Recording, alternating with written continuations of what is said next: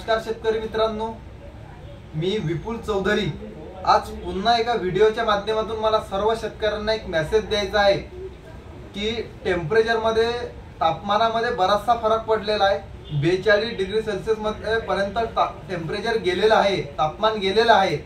तरी मी सर्व शेतकऱ्यांना सांगतो की पाण्याचं नियोजन आपण ज्या व्हिडिओच्या माध्यमातून सांगितल्या पद्धतीने ज्या शेतकऱ्यांनी पाण्याचं नियोजन केलं आणि तुम्हाला सांगतो उन्हाळ्यातच जर पाण्याचं नियोजन नाही तर पावसाळ्यात आपण काहीच करू शकत नाही। म्हणून मी तुम्हाला सांगतो की पाण्याच्या उन्हाळ्यातल्या पाण्यावरच तुमचा पावसाळा डिपेंड आहे। म्हणून मी सर्व शेतकऱ्यांना सांगतो भारीची जर सॉइल असेल, पाणी धरून ठेवणारी जर जमीन असेल, 1 महिन्याचं अशाही वातावरणामध्ये तुम्ही अंतर ठेवा। पूर्ण झाडाच्या पानात तुम्हाला एक सांगतो, झाडाच्या पानाची पूर्णतः नाली जरी पडली तर झाडाचा फळ तोडा चिकट जाते तोडायला। जिथे पाणी अथोनात देतो तिथला फळ तोडा कटकन तुटते, डेटात कच्च होऊन जाते। जेवढं पाणी तुम्ही आता कमी द्याल तेवढं चांगलं राहील। आणि एक सगळ्यात महत्त्वाचा विषय एक सांगायचा आहे की 7 तारखे ते आजपासून तर 12 तारखेपर्यंत वातावरणामध्ये जे आपले हवामान तज्ञ आहेत त्यांनी बराचसा फरक सांगितलेला आहे। बराचसा फरक म्हणजे पाणी सांगितलेला आहे। तरी मी सर्व शेतकऱ्यांना सांगतो की पाणीचा ह्या सगळा अभ्यास करून पाणी जर भरपूर आलं तर पाणी द्यायची आपल्याला शक्यतो गरज पडणार नाही। परंतु मी सर्व शेतकऱ्यांना सांगतो की भारीची हलकीची मध्यम जरी सॉइल असली 12 तारखेनंतर एक बागेला पाणी देऊन टाका सर्वांनी। जरी आपलं पाण्यामागं पाणी येत असतील तरी चालते। 12 तारखेनंतर एक पाणी द्या, कारण की तिकडे 16, 17 जूनला 20 तारखेपर्यंत पाणी सांगत आहे। त्या अनुषंगाने जो मधातला अंतर आहे त्या अंतरामध्ये झाड चांगल्या पद्धतीने ताण घेतील। कारण की अंबिया बहार जरी आपल्या बागेवरती आहे तरी आपल्याला त्या बागेमध्ये मृगाचं नियोजन करायचं आहे।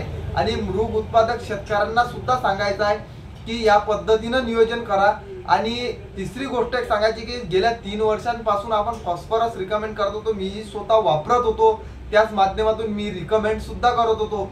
परंतु मला अजून एक शेतकऱ्यांचा फायदेशीर एक गोष्ट सांगायची आहे की अजून आपण एक आपले जे डेमोन्स्ट्रेशन असते चालूच असते कंटिन्यू, तरी आपल्याला कंपनीने चांगल्या पद्धतीने एक फॉस्फरस जे सांगितलं आहे हे अजूनही याच्या त्याही पेक्षा याचे आपल्याला रिझल्ट अजूनही ॲडव्हान्स मध्ये चांगले आलेले आहे।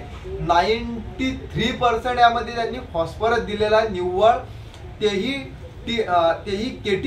K2N फॉर्म्युलेशन मध्ये दिलेला आहे। आणि याचे रिझल्ट आपल्याला अजूनही चांगली, पूर्ण झाडाच्या पानाची हलकीशी नाली पडेल।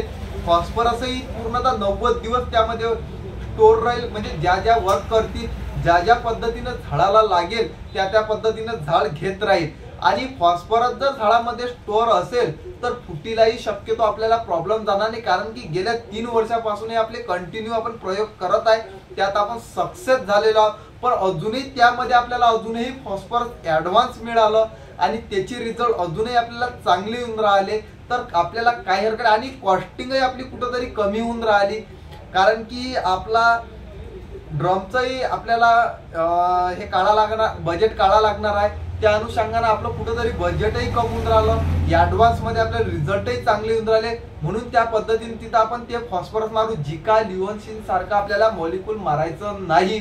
झाडं पूर्णतः सलाटल्यासारखं आपल्याला जबरदस्ती काहीच झाडाला पूर्णतः नॅचरल ठेवून त्या पद्धतीनं बागेंवरती आपल्याला फूट काढायची आहे। म्हणून मी सर्व शेतकऱ्यांना मला एक सांगायचं आहे की 15 ते 20 तारखेच्या तेवढ्यात क्लायमेट क्लिअर झाल्यानंतर सकाळी किंवा दुपारच्या टायमामध्ये 4 नंतर तुम्ही फवारणी करू शकता। त्यामध्ये कुठलंच इन्सेक्टिसाइड घ्यायची गरज नाही, कुठलंच बुरशीनाशकची गरज नाही, कारण की त्यामध्ये तुम्ही काहीही वापरू शकता, पण घ्यायची शक्यतो गरज नाही। प्लेन लिक्विड फॉस्फरस अंबियाच्या फळाला तुमच्या कुठल्याही प्रकारचं नुकसान होणार नाही, उलट अंबियाच्या फळाला साईज आणि शायनिंग मध्ये फरक पडेल, कुठल्याही पद्धतीचा डाग पडणार नाही। या पद्धतीने आपण अंबियामध्ये झालं मृगामध्ये नियोजन करू शकतो। आणि 16 तारखेला नंतर तिकडे 16-17ला जेव्हा जून मध्ये पाऊस येतील त्या अनुषंगाने मग पुढला आपण नियोजन करणारच आहे। पण सध्याच्या सिच्युएशन मध्ये या पद्धतीने नियोजन करा। आणि ज्या भागांमध्ये गारपीट झाली त्या शेतकऱ्यांनी आवर्जून फॉस्फरस मारा। आणि तिसरी गोष्ट मी सांगतो की ज्या भागांमध्ये गारपीट झाली तिथं गळणीचं प्रमाण हे पूर्णतः आता स्टॉप झालेलं आहे. जे काही प्रमाणात हलक्या प्रमाणात जिथं फळाला डाग पडलेला आहे ते संतर आता खाली येणार नाही. ते संतर ज्या वेळेस तुमचं कलरवर येईल त्यावेळेसच खाली येऊ शकेल, असा एक माझा वैयक्तिक अनुभव आहे. आणि एक गोष्ट आणखी सांगायची आहे की हिरवा जर तुम्ही माल विकायची तुमची तयारी असेल तर मग तुमचा मालही खाली येणार नाही. तो फक्त विशेष आहे गारपिटीचा जो माल आहे तो शक्यतो हिरवा जर विकला तर सर्वात योग्य राहू शकते. धन्यवाद.